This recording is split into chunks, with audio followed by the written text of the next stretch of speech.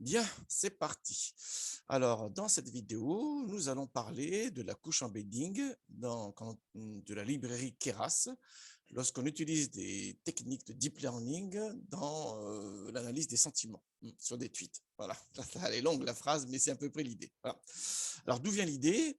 Alors, l'idée, tout simplement, c'est que je suis à fond dans le cours de text mining en ce moment. Vous avez vu, hein, j'ai fait toute une série de vidéos sur le text mining. Voilà, très bien. Je montre les différents outils possibles pour réaliser des analyses. Voilà. Les étudiants choisiront ce qui leur convient le mieux par rapport au cahier des charges que j'ai donné pour leur projet. Très bien. Et récemment, j'ai fait une vidéo sur l'analyse des sentiments avec Keras. Donc, je vais refaire la même chose ici, mais différemment, avec d'autres outils de Keras. C'est ça l'idée. Hein. Donc, j'avais fait ici. Et pour montrer l'intérêt de la démarche, j'ai fait une analyse de tweets. Très bien. Donc, jusque-là, tout va bien. Alors, dans le même temps, je me suis intéressé à Keras, du coup, j'ai regardé en détail ce qu'il proposait. Je regarde de temps en temps, et là, c'était l'occasion de regarder qu'est-ce qu'il y avait de neuf dans Keras, qu'est-ce qu'il y avait d'intéressant dans Keras, dans le text mining, chose sur laquelle je ne me suis pas beaucoup intéressé. Hein. J'ai beaucoup étudié Keras, plutôt dans la partie deep learning, dans un système de prédiction, notamment les réseaux de convolution pour la prédiction sur des images. Mais dans le texte, j'avais regardé vite fait. Aujourd'hui, je me suis dit, tiens, il faut que je regarde un peu plus en détail. Alors, qu'est-ce qui se passe justement? C'est que je vais faire à mes étudiants des ateliers, justement, et j'aimerais qu'ils regardent un peu les techniques de deep learning dans le texte. On le fait dans l'image, ça pas de souci là-dessus, mais dans le texte, pas vraiment. Hein, pas vraiment. Je me suis dit, tiens, regardons ça. Alors du coup, j'ai regardé un peu. Hein. Ici, il y a une série de tutoriels disponibles. Et bien sûr, il faut toujours commencer par le plus simple. Donc, je suis allé là. Donc, j'avais fait une vidéo ici, hein, voilà, où je suis allé vraiment sur un cadre très simple. C'est le cadre où on utilise la matrice documentaire avec un système de représentation back-and-forth. Mais bien sûr, il y a des solutions alternatives. On avait vu justement Topic Modeling, on avait vu aussi le Word Embedding. Très bien. Et eux aussi, dans Keras, proposent des solutions alternatives. Alors, j'ai vu quand on utilise des modèles préentraînés, ça, j'ai fait une vidéo là-dessus aussi, mais sous Gensim, moi j'avais fait, très bien, donc j'avais vu ça. J'avais vu BERT également, j'ai parlé à plusieurs reprises de BERT, hein, on ne peut pas dire que je fais semblant, hein, voilà. Mais toujours, il faut commencer par le plus simple, donc j'ai regardé ce tutoriel-ci. Hein. Donc, c'est text classification, catégorisation de texte, from scratch, à partir de zéro. Donc, j'ai regardé, très bien.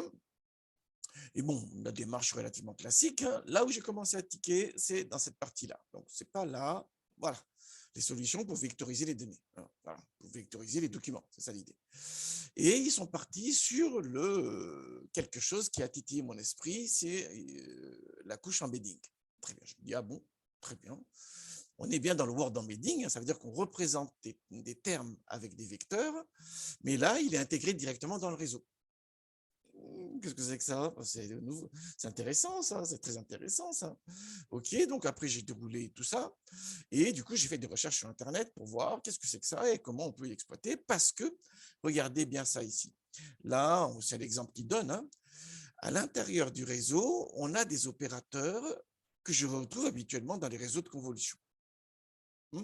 Ça, hein, ici un opérateur de convolution, là c'est le max pooling, il y a le dropout, ça je connais bien, je connais très bien, je manipule, et justement quand on fait du traitement d'image avec les étudiants. Mais quand on fait du traitement du texte, les réseaux de convolution, je savais qu'il y avait des gens qui s'intéressaient, mais là pour le coup j'ai un exemple où apparemment ça marche. Donc, je me suis dit, OK, essayons de voir, est-ce qu'on peut implémenter simplement de manière compréhensible, parce qu'aller lire le code, aller lire les explications, il faut s'arracher la tête, hein, c'est ce que j'ai fait. Voilà, pour comprendre exactement comment on peut exploiter ces fonctionnalités-là dans un cadre d'analyse de sentiments sur des tweets. C'est ça l'idée. Bien. Alors, j'ai cherché sur Internet, j'ai trouvé un tutoriel qui est pas mal. Un tutoriel qui est pas mal de 2017. Finalement, la question n'est pas si récente que ça, mais c'est toujours comme ça. Hein. Il faut s'y intéresser pour le voir. Hein. Voilà, il faut trouver les bonnes requêtes sur Google. C'est ça la vérité. Très bien, qui explique ce qui se passe. Très bien, voilà. Sauf que, bon, je ne critique pas, hein, mais tout simplement, l'exemple qui est donné là est un exemple très, très basique. Voilà, c'est un exemple d'école pour comprendre les mécanismes. Je comprends ça très bien. Mais moi, ce qui m'intéresse, c'est comment l'appliquer sur un problème plus réaliste. Hein, justement, l'analyse des sentiments sur des tweets. Très bien. Donc, j'ai regardé en détail, voilà, et j'ai reproduit ça, ce code-ci, en regardant chacune des étapes, parce que il y avait un élément qui manquait ici, c'est que je ne retrouvais pas l'histoire de la représentation des termes dans un dans un nouvel espace de représentation, hein, avec une dimensionnalité qu'on a choisie. Ça, je ne le vois pas ici. Et du coup, ça me titillait l'esprit. Je n'arrivais pas à comprendre. Et en fait, si, en réalité, c'est là qu'il faut dire. On va revenir là-dessus. Donc, j'ai regardé, j'ai vu aussi la Code Basics. C'est un excellent, comment on dit ça, chaîne YouTube, voilà, où il y a différentes méthodes de machine learning expliquées. Et pareil, dans Code Basics ici, il reprend la même idée. Et en fait, il met en référence le tutoriel de Jason Lee, là, Jason Brownlee, voilà, et il reprend un exemple très simple. Il y a un lien là sur GitHub qui permet de retrouver, et de nouveau, effectivement, il prend un exemple très simple. Alors, j'ai trouvé une troisième vidéo qui reprend les mêmes schémas. Les gars, ils se répètent un peu quand même, hein. Voilà, qui est très bien fait également parce qu'il montre, il détaille les calculs, ce qui est pareil ici également. Là également, on a les détails des calculs. Dans la vidéo, vous avez les différentes étapes de calcul, voilà. Mais l'exemple reste un exemple d'école, si vous voulez, hein. Et justement, il y a aussi celui-là qui montre vraiment les chiffres cette fois-ci, qui montre les différents calculs, qui est pas mal fait également. Mais de nouveau, il part sur un exemple très simple. Alors, on a ici, voilà. Très bien, GitHub. Et pareil, il part également sur un exemple très simple comme ceci. Voilà. Donc, je me suis dit, OK, ça marche sur des exemples simples. Maintenant, je veux le faire sur un exemple réaliste. C'est ça mon idée. Donc, appliquer la même démarche, mais sur un exemple réaliste. Alors, du coup, je suis allé voir notre fameuse base que j'ai utilisée dans la vidéo précédente, hein. C'est Sentiment Analysis, où on a des tweets qui sont étiquetés. Voilà. Et ce qui m'intéresse, justement, c'est prédire ici la polarité. Donc, la polarité, dans la base qu'on va utiliser, en fait, il y a deux valeurs possibles. Il n'y a pas de neutre. Il y a soit négatif, 0, soit positif. Et on va le recoder en 0, 1. Très bien. Ça, c'est la première variable qui va nous intéresser. Et la deuxième variable qu'on va utiliser, c'est le corps du texte des tweets, hein, le corps du texte des tweets. Alors, très rapidement, hein, j'ai montré dans la précédente vidéo, voilà la base que j'ai chargée, voilà, très bien. Et je l'ouvre ici rapidement et on voit bien, hein, là, on a l'étiquette, voilà, qui permet de savoir la polarité, soit 0, soit 4. Et là, on a le corps du texte, voilà, qu'on va utiliser pour prédire la polarité. Hein, en utilisant donc des techniques de deep learning de Keras, avec justement la fameuse couche embedding, qui au départ semblait assez mystérieuse. Ok, une fois que ça c'est dit, là, on va pouvoir commencer. Très bien, très bien. Alors, dernier préambule, bien sûr, toute la partie préparation des tweets, je l'ai déjà décrite ici de manière détaillée, hein, le nettoyage et tout ça. Donc, ici, là, dans cette nouvelle vidéo, je vais aller vite là-dessus. Je vais aller vite là-dessus parce que je ne veux pas qu'on perde du temps là-dessus. J'ai déjà tout expliqué, hein, les différentes étapes. Donc, si il y a des espaces, il y a des moments où je vais vite, regardez cette vidéo aussi en détail. C'est là que je détaille le type de nettoyage que j'ai appliqué sur le document avant de faire la partition apprentissage test. Ça, c'était juste. On est d'accord là-dessus. On est d'accord là-dessus. Moi, je vais m'intéresser ici réellement sur la partie deep learning, hein, le réseau de neurones, et comment lire ce qu'il y a à l'intérieur, donc la structure du réseau de neurones. C'est là-dessus que je vais me focaliser dans cette vidéo. Alors, comme d'habitude, j'ai créé mon petit notebook là, voilà, que je mettrai en ligne, et on va lancer les différentes cellules. Donc, je change de répertoire par défaut, je lis les données, voilà, le séparateur de colonnes, c'est virgule, et comme il n'y a pas de nom de variable, j'ai rajouté les noms de variables ici. Autre point important, s'il y a des problèmes d'encodage, voilà, je les ignore. Très bien, là, il me charge, très bien, il n'y a pas trop de problème là-dessus. Voilà. Donc, il y a bien 101 600 000 entrées. Voilà. Donc, je calcule les polarités. Voilà, il y a 800 000 tweets négatifs et 800 000 tweets positifs. Très bien. Alors, je ne vais pas traiter ici les 1 600 000 tweets sur ma machine. Ça, je l'avais dit la dernière fois parce qu'on n'aura pas le temps, on va attendre trop longtemps. Donc, j'ai tiré au hasard 30 000 tweets. J'ai mis random stat égale à 0 pour que tout le monde puisse reproduire l'affaire. Voilà. Et je m'intéresse à 2 colonnes, la polarité et le corps du tweet. Là, je lance également, pas de souci là-dessus. Bien, arrive la partie nettoyage de tweets. Donc, j'ai chargé une série de librairies. Voilà, donc les ponctuations, les expressions en fait régulières qu'on va utiliser pour enlever les arrobas et les hashtags, voilà, hein, pour nettoyer soit les sujets, soit les personnes qui sont référencées dans les tweets. Voilà, retrait des ponctuations. Ensuite, je fais la tokenisation pour passer ici à la lématisation et retirer les stop words. Tout ça, j'ai expliqué en détail dans la précédente vidéo, hein, qui est ici. Donc, c'est pour ça que je vais vite là. On est bien d'accord là-dessus, hein. Très bien. Alors, du coup, j'ai écrit une fonction parce que quand je vais déployer sur des nouveaux documents, il faut que je puisse appliquer exactement le même type de nettoyage. C'est pour ça que j'ai mis une fonction qui prend en entrée le tweet à traiter, ensuite les ponctuations qu'il faudra enlever, les stop words qu'il faudra traiter et l'outil pour la lématisation. Très bien. Donc, j'enlève les cotes parce que, par exemple, I would like, c'est I'd like, donc il faut que j'enlève la cote. J'enlève ici les mentions des personnes avec les arrobas, les hashtags également avec les dièses. J'enlève les références sur les liens web. Voilà, je retire les ponctuations, je retire les nombres, je tokenise pour pouvoir traiter chaque token et passer à la lématisation. Voilà. Ensuite, je retire les stop words et les tokens de moins de 3 caractères. Et je reforme la chaîne de caractères. Paf. Très bien. Et j'applique ça maintenant aux différents tweets. Ah, qu'est-ce que j'ai fait?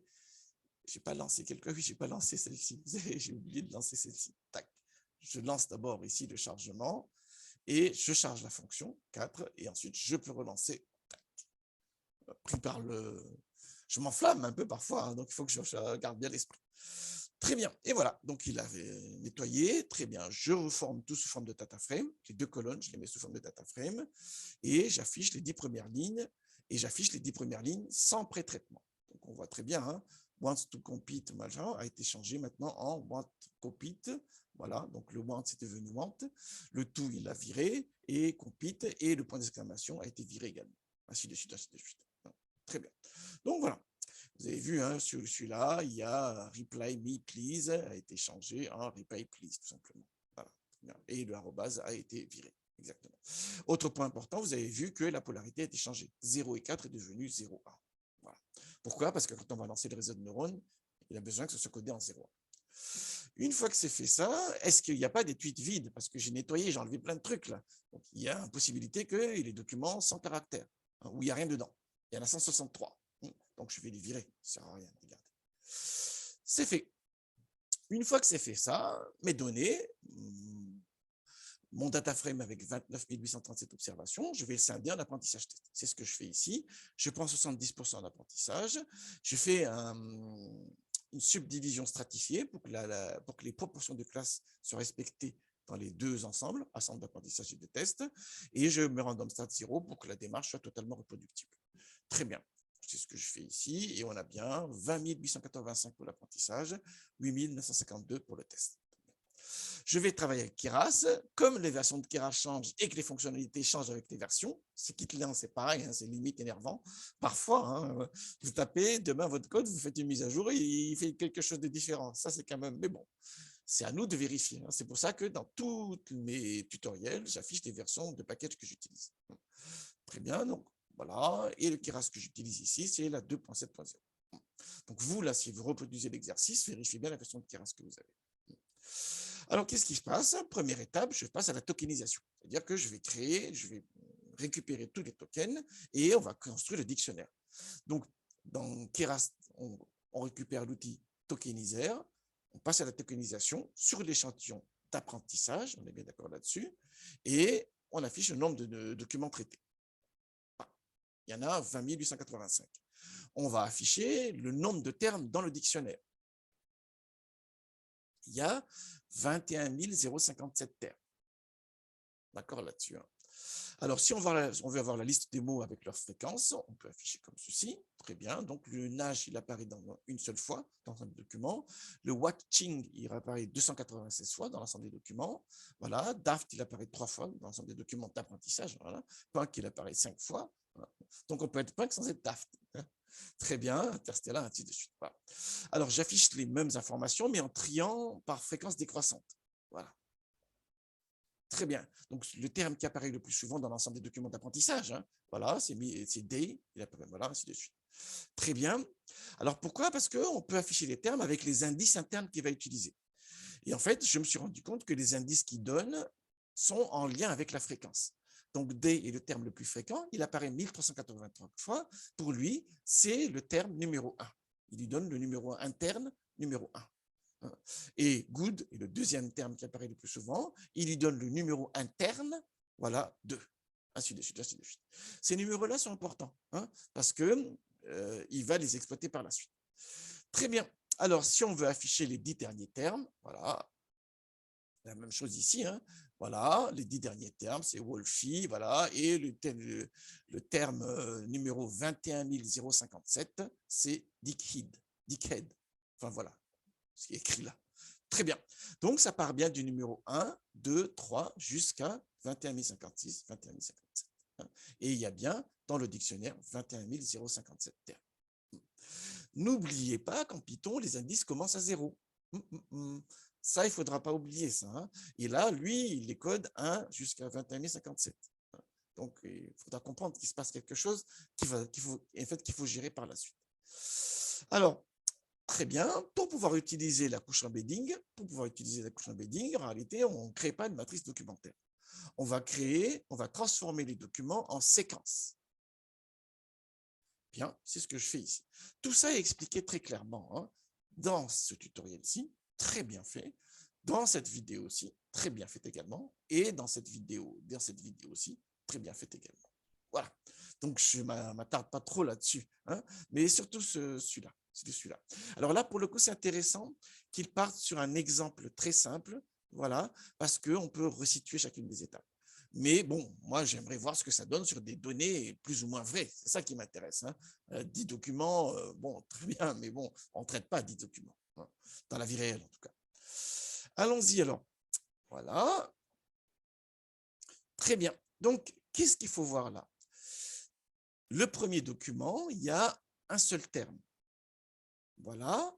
Et c'est le terme numéro 7293. Voilà. Le deuxième document, il y a 8 termes. Voilà. Et il est composé du terme 65, numéro 65, le terme 3950, 3935 et le terme 2780 et ainsi de suite. Ainsi de suite. Alors, affichons l'étude pour vérifier ça. Effectivement, le premier document, c'est Nudge. Et c'est quoi le numéro de Nudge en fait? Voilà.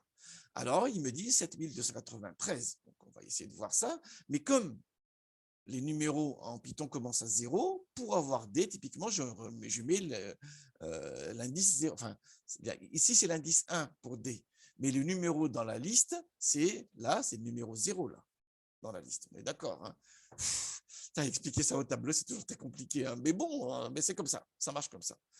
Donc, si je regarde ici, et je vois bien que Nudge, effectivement, a le numéro 7293. Donc, on a bien 7296 et il y a un seul terme dans le premier tweet. C'est celui-là. Dans le deuxième tweet, on va voir Daft. Du coup, Daft, il est là. Hein. Normalement, c'est le numéro 3935. Allons-y, alors, je vais essayer de voir. Effectivement, Daft est le numéro 3935. Très bien. Alors, du coup, je vais essayer de voir quelle est la longueur maximale des documents dans le corpus d'apprentissage. Très bien. Donc là, qu'est-ce qui se passe? Je passe en revue chaque document de l'échantillon d'apprentissage, je regarde sa longueur, je mets tout ça dans un vecteur NumPy et je récupère le maximum. Bon, la commande est un peu complexe, mais c'est ça. Hein. Je passe en revue chaque document de l'échantillon d'apprentissage, d'étude d'apprentissage, et je calcule sa longueur. Tous ces résultats-là, je les mets dans un vecteur NumPy, c'est la partie là, et une fois que j'ai tout dans un vecteur NumPy, je vais calculer le maximum. Très bien. Alors, le document le plus long dans l'échantillon d'apprentissage, il est composé de 20 termes. Voilà ce qui se passe, 20 mots. OK. Alors, c'est très bien cette représentation-là, mais nous, quand on met en œuvre des algorithmes de deep learning, ça lui pose problème parce que les dimensions ici sont variables. Voilà. Et c'est pas bon, ça. C'est pas bon. Là, lui, il a besoin d'avoir des tailles fixes pour pouvoir calculer ses poids synaptiques et tout ça, hein, pour faire les connexions dans le réseau de neurones. Hein. Donc, ici, le fait qu'on ait des séquences de longueur variable, ça lui pose problème. Donc, nous, qu'est-ce qu'on va faire? On va transformer les séquences en un tableau de longueur fixe, de largeur fixe. Parce que le nombre de lignes, c'est le nombre de documents, simplement. Alors, comment on fait ça? C'est ce qu'on fait avec le path séquence. Donc, il faut le charger. Et donc, là, je vais mettre ici les séquences à traiter. Et je dis que la longueur maximale, c'est max length. Voilà, max length, ici qu'on a calculé, qui est égal à 20. Et je rajoute une marge de 5. Alors, pourquoi je rajoute une marge de 5? Parce que rien ne dit que dans l'échantillon test, là, je ne vais pas avoir des documents plus longs. Ou quand je vais faire le déploiement, je ne vais pas avoir des documents plus longs. Donc, pour assurer le coup, voilà, et j'augmente un peu. C'est là, pour le coup, c'est limite un peu bricolage. Mais bon, c'est comme ça que ça marche, voilà. Et si encore c'est plus long que ça que j'ai, voilà, ce qui déborde, on le supprime. Donc, à la limite, j'aurais pu le mettre à 20, tout simplement, hein, garder que les 20 premiers et enlever. Mais bon, je me suis donné une marge supplémentaire. Hein. Donc, d'où cette instruction-ci. Hein, voilà. Alors, voyons ce que ça donne pour les 3 premiers caractères. Donc, j'ai 25 cases, hein, parce que le max length, c'est 20, vous avez vu, hein, et j'ai rajouté une marge de 5. Donc là, j'ai 25 cases dans le premier document. Et dans ce premier document-là, il n'y a que la première case qui est occupée, hein, parce qu'il est de longueur 1, le premier document. Le deuxième document, il est codé sur 25 cases, toujours, voilà. Et les cases occupées, c'est les 8 premières, parce que le premier document, il a 8 termes. C'est ce qu'on a vu ici. On avait vu ici, hein. Et donc, tout le reste est rempli par des zéros. Vous avez vu, tout le reste est rempli par des zéros. Alors, vous me dites, c'est quoi l'intérêt de ça? L'intérêt de ça, c'est que maintenant, on a une structure à taille fixe. Et on pourra le présenter à notre réseau de neurones. C'est ça l'intérêt, tout simplement. Sinon, c'était très bizarre. Ça fait du temps on programmait en Pascal et qu'on ne savait pas faire des tableaux de taille dynamique. Voilà, bon, on faisait un grand tableau pour être sûr que ça va marcher là-dedans. Ben, c'est un peu ça quand même ici. Hein. Mais bon, ça marche comme ça. Il faut s'y adapter tout simplement. Et en tout cas, ce qui est sûr, c'est ça. Hein, c'est que si ça déborde, il supprime le reste simplement. Il fait une troncature et le reste est oublié. Donc c'est pour ça que je vais rajouter une petite marge ici. Bien, une fois que c'est fait ça maintenant, allons dans la création de la couche embedding. Qu'est-ce qui se passe dans la couche embedding? Donc, je crée le modèle séquentiel ici, hein, ça va être un perceptron, une sorte de perceptron. Voilà. Ensuite, il y a les couches, il y a la couche dense, on connaît bien, c'est ce que j'ai utilisé dans la dernière vidéo, et la couche flatten. En fait, flatten, c'est qu'il va linéariser en vecteur ce qui est sous forme matricielle. Voilà ce qui se passe. Et la fameuse couche embedding qu'on va utiliser. Alors, qu'est-ce qui se passe? Je crée ma structure séquentielle, voilà, et en input dim, voilà, donc c'est le nombre de termes qu'on va utiliser, je récupère la taille du dictionnaire et je rajoute 1. Pourquoi je rajoute 1? Parce que les numéros des termes commencent à 1, et les tableaux en Python sont à base 0. Donc, il faut qu'on crée quand même la colonne 0, même si on ne l'utilise pas. Voilà. Et comme ça, les termes ont commencé à la colonne 1, 2 jusqu'à 21 057. Donc, les numéros, c'est de 0 à 21 057. Et le nombre d'éléments, de colonnes, c'est 21 058. C'est ça, c'est ça. J'ai mis du temps à comprendre ça. Hein. Je me disais, mais c'est quoi cet embrouille? Pourquoi on rajoute une marge? C'est quoi ça? Eh bien, c'est ça, en fait. C'est ça l'idée. C'est ça l'idée. Hein. Vous voyez bien hein, que nos indices commencent à 1. Donc, lui, il va remplir les tableaux. Il est où, là, les indices voilà. Les indices commencent à 1. Donc, il va remplir la colonne 1 et tout ça jusqu'à la colonne 21 057. Et pour avoir la 21 057, il faut que notre tableau, il y a 21 058 colonnes. Et la 0 ne sera pas utilisée. C'est ça. Ah, c'est ça. Une fois qu'on a compris, c'est très simple. Mais quand on ne comprend pas, on se dit qu'est-ce que c'est que cet embrouille? Ah, c'est ça l'idée. Et c'est ce qu'ils disent dans la documentation. J'ai lu très attentivement la documentation. Non, je ne sais plus. Mais la documentation, vous la trouverez en ligne. C'est très bien expliqué après coup dans la documentation. Mais c'est toujours après coup. Hein. Une fois qu'on a ça, ensuite, là, c'est la dimensionnalité dans laquelle je vais projeter les termes. Donc là, c'est un hyperparamètre. C'est un hyperparamètre. C'est un hyperparamètre que nous allons régler. Qu'est-ce qui se passe? Plus on augmente, plus on aura une représentation plus performante. Voilà. Avec un risque de surapprentissage. Vous êtes bien d'accord là-dessus? Hein? Très bien. C'est l'idée de capter plus ou moins l'information. Plus on est grande, plus on capte l'information avec le risque de capter les spécificités de l'échantillon d'apprentissage. Bon, j'ai pris 10 ici. Ensuite, input length, voilà, c'est la largeur maximale du tableau ici. Voilà. C'est max length, plus 5 que je me suis donné comme marge. Voilà. Et donc, il avait bien besoin de cette information-là et il fallait qu'on ait un tableau à taille fixe. C'est pour ça qu'on est passé de séquence à pas de séquence. On est passé de la structure comme ceci, là, à une structure comme ceci. Parce qu'il avait besoin d'une taille fixe dans mon réseau, sinon il ne marche pas. Voilà, très bien. Donc là, pour le coup, on a une forme matricielle. Je vais la linéariser et je vais créer la couche de sortie qui est le lien entre le neurone de sortie, polarité, oui, positive ou négative, avec la couche intermédiaire qui est la couche intermédiaire matricielle qui est mise sous forme linéaire. Alors, je lance ça et on regarde ce que ça donne. Voilà. Très bien, donc 25, 10. Voilà, le 25, c'est ça. Voilà. Et le 10, c'est la dimensionnalité que j'ai choisie. Donc, c'est ça qu'on a en sortie. Très bien, de la couche embedding. Alors, mais du coup, le nombre de poids à calculer, c'est 21 210 580. Ça vient d'où ce 210 580? En fait, tout simplement, c'est les termes, voilà, et les termes, il y en a 21 057 plus 1, parce qu'on s'est rajouté une marge, multiplié par 10, qui est la dimensionnalité qu'on s'est choisie. Et en fait, c'est la représentation des termes dans le nouvel espace de représentation à 10 dimensions. C'est ça. C'est ça le word embedding. Hein. L'idée du word embedding, c'est qu'on a, on a une représentation vectorielle des termes. Ben, c'est le poids en fait de la couche embedding. C'est les poids de la couche embedding qui nous permet d'obtenir la représentation vectorielle des termes dans un espace de taille qu'on s'est choisi. Ici, on a fixé 10. Et on a bien ça ici. Hein. 21 058 multiplié par 10, ça vous donne bien ça. C'est ça l'idée. Hein. Regardez, si je mets par exemple 2, qu'est-ce qui va changer? Regardez, hein, je lance. Et vous avez vu, hein, voilà, là le 2 il a changé, le 25 il ne change pas parce que c'est bien cette information-là, et le nombre de poids a changé parce que c'est 21 058, voilà, multiplié par 2, ce qui permet d'obtenir ça. Bien vu, hein. Parce qu'il y a 21 058 termes. Bon, je remets 10 ici, hein. Il ne faut jamais faire des choses qu'on n'a pas prévues. Je relance. Très bien. Ensuite, donc 25 fois 10, on a une matrice 25 fois 10. Quand on la linéarise, on a un vecteur avec 250 cases. On est bien d'accord là-dessus, hein. 25 fois 10, 250.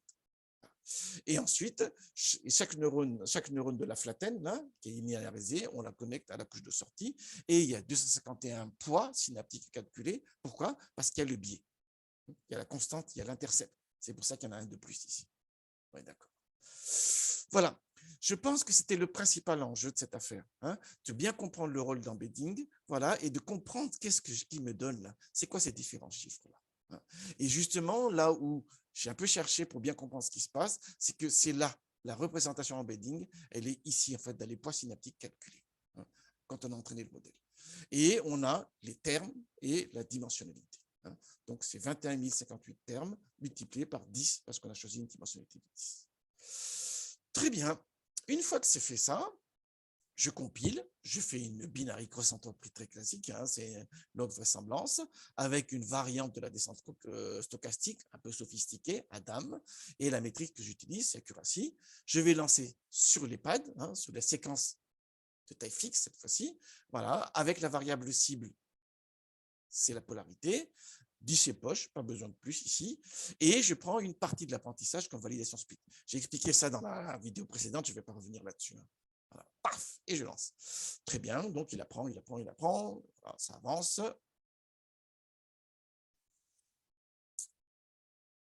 Et voilà, donc voilà, on a les différents éléments, et pour voir l'évolution, j'ai créé une fonction pour faire les graphiques, parce qu'on va refaire un deuxième modèle régularisé après. Voilà, j'ai fait un petit graphique qui permet de récupérer l'historique qui est là. Ça, c'est l'historique. Je l'ai récupéré ici en entrée et j'affiche les différents éléments. Et voilà. Et j'avais dit, attention, ça, c'est un signe de surapprentissage. Quand le gap est trop important, là, généralement, c'est qu'on apprend trop et il faudrait régulariser. Voilà ce que j'avais expliqué ici la dernière fois. Alors, nous, du coup, on peut régulariser comment ici, hein, dans notre système là? Quels sont les paramètres du modèle qu'on pourrait utiliser pour régulariser? Alors, il y a des outils de régularisation qui sont intégrés. Mais avant de ça, regardons déjà si on ne peut pas régulariser avec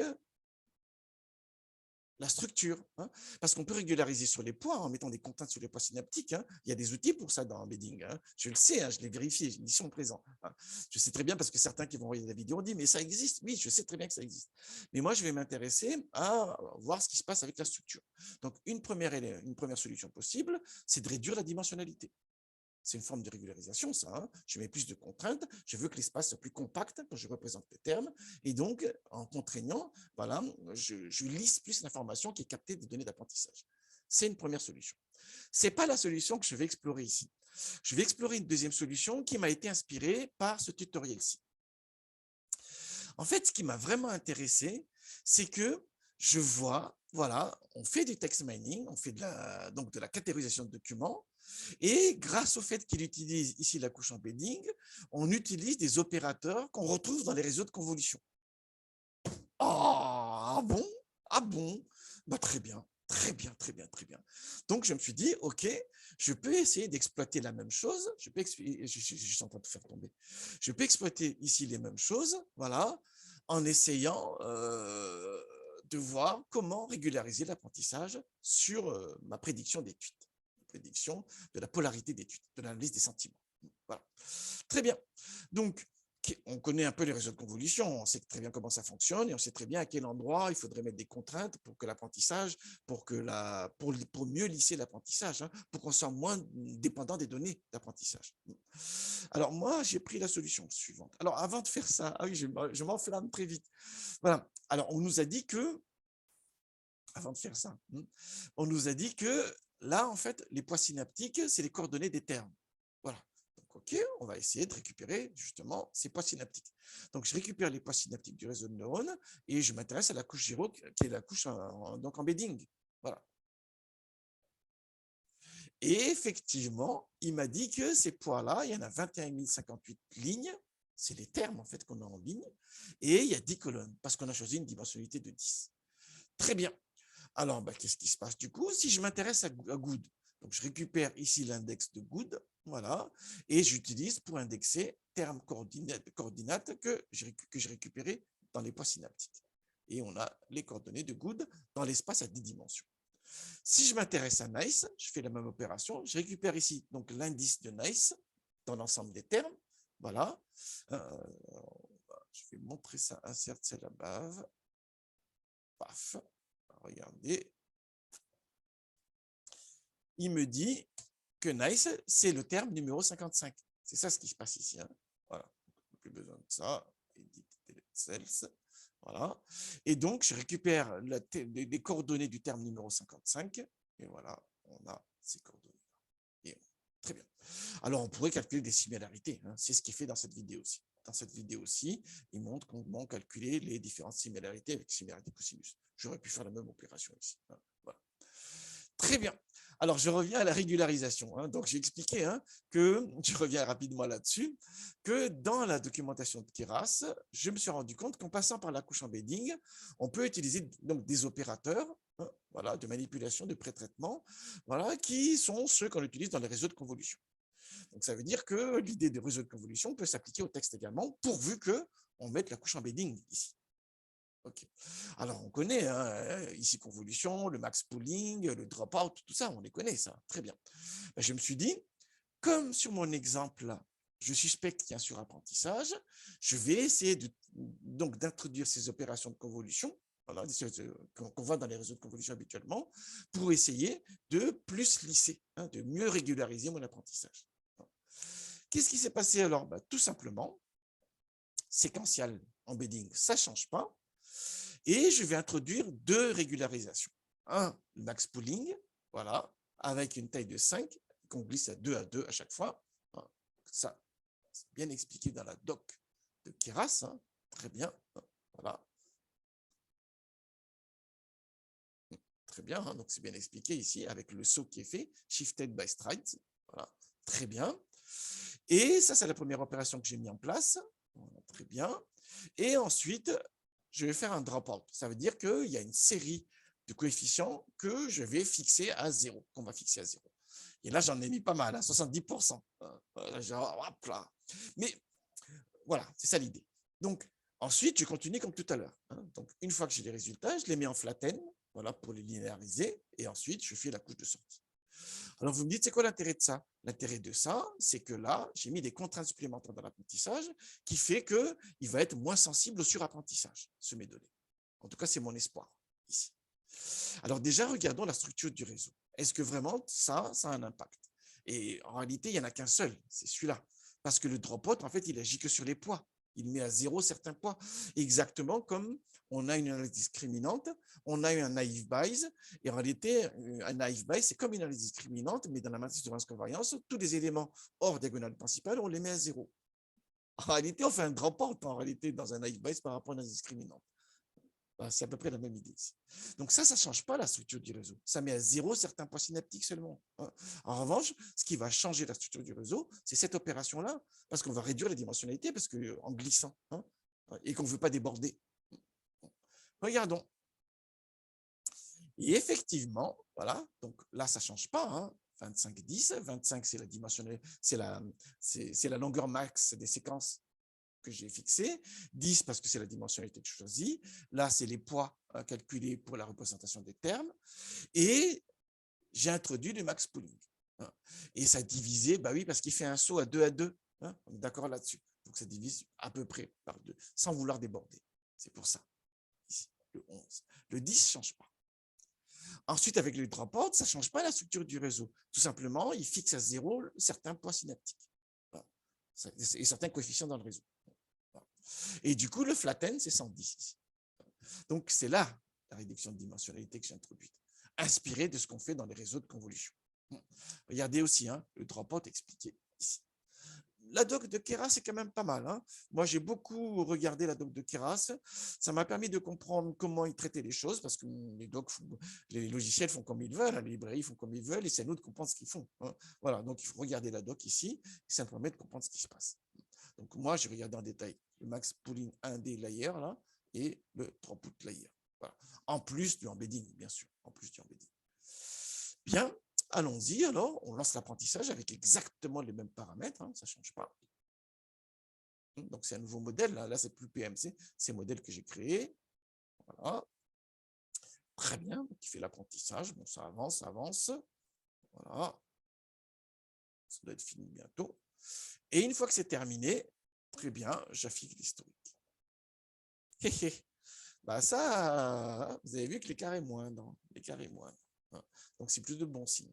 Alors, non seulement l'écart est moindre, mais j'ai l'impression que l'accuracy sur la validation là, a augmenté par rapport à tout à l'heure. C'est ce que je vois là, en tout cas. Par rapport à tout à l'heure, c'était 0,70. Bah, pour le savoir vraiment, on va utiliser le juge de paix. Le juge de paix, c'est l'échantillon test qui n'a jamais été utilisé. Dans tout le processus qu'on a en amont, là, il n'a jamais été utilisé. Très bien. Donc, de nouveau ici, je transforme ici en séquence les tweets de l'échantillon test. Ensuite, je les mets en path séquence pour qu'il ait la même longueur fixe, la même largeur fixe, voilà, avec toujours les mêmes paramètres. Il ne s'agit pas de mettre d'autres paramètres ici, sinon ça ne va pas marcher, bien sûr. Et tout ce qui est trop long, il est supprimé, tronqué. Alors, j'affiche, voilà, ça, c'est les 3 premiers tweets de l'échantillon test. Et là, c'est la représentation sous forme de path séquence. Et bien sûr, quand ils sont trop courts, c'est rempli de 0 le reste. S'ils étaient trop longs, c'est tronqué. Qu'est-ce qui se passe maintenant? Je prends le premier modèle non régularisé et je regarde les performances en test. Donc, je passe le path test là qu'on vient de créer ici, voilà, qu'on vient de créer ici et là, et confronté à la polarité sur l'échantillon test. Et j'ai un taux de reconnaissance de 70%. Ensuite, je prends ici le deuxième modèle régularisé avec les opérateurs qu'on retrouve dans les réseaux de convolution. Voilà, avec la même idée ici, sauf que c'est modèle que j'utilise et non plus PMC. Vous avez vu, le modèle, c'est le deuxième modèle qu'on a créé ici. D'accord, c'est celui-là, le deuxième modèle, c'est celui-là. PMC, c'était le premier. Donc, je prends le modèle régularisé, voilà, suspense, et je le lance. Voilà, 73. Alors, 3% sur 8000 observations, c'est pas mal. C'est vraiment pas mal. Ça veut dire qu'on a vraiment amélioré là pour le coup. Là, il y a 3% d'écart, et presque 2,9. Et sur l'échantillon test, on a combien d'observations? On a un certain nombre. Il doit être quelque part. Il est quelque part, mais je ne le trouve plus. Je l'ai fait avant, je pense. Il est là. 3% d'écart sur 8900 observations, c'est significatif. C'est vraiment significatif pour le coup. Donc, on a bien fait de régulariser en utilisant justement les opérateurs qu'on voit dans les réseaux de convolution en deep learning. Bien. Alors, qu'est-ce qu'il reste à faire si j'ai un document supplémentaire? Donc, je reprends le fameux chanson de LMFAO, I am sexy 108. Je récupère le tweet. Voilà, je le clean, il enlève le A, le dièse déjà, il l'enlève, le hashtag, il l'enlève, le I, il l'enlève, il reste que sexy et no, voilà.